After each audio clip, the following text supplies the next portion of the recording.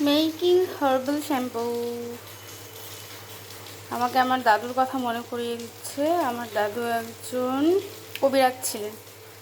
উনি অসাধারণ ওষুধ তৈরি করতেন। কত রকমের বড়ি, পাচন, আর কোথা থেকে যে লোকজন আসতো সেগুলো নিতে। আর তারা আসলে যে বলতো, এই ওষুধ খেয়ে যে আমাদের কী উপকার হয়েছে আপনি জানেন না। আমার দাদু মারা যাওয়ার পরও কত জায়গা থেকে লোকজন আসতো, আর যখন শুনতো যে তিনি আর নেই, তারা ভীষণ কষ্ট পেয়ে ফেরত যেত। আমার খারাপ লাগতো তাদের জন্য। দুঃখের বিষয় হলো আমাদের বাড়িতে কেউই সেটা শিখে রাখেননি দাদুর থেকে। এখন এই হার্বাল ওষুধটা বানাতে গিয়ে কিছুটা সেই পাচনের গন্ধ পাচ্ছি, আর দাদুর কথা মনে পড়ছে।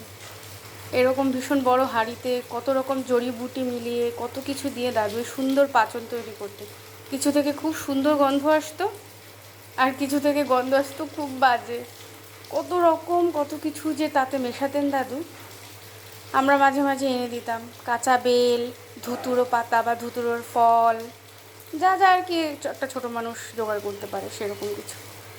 অসাধারণ ওষুধ তৈরি করতেন আমার দাদু। তার অনেক নাম ছিল।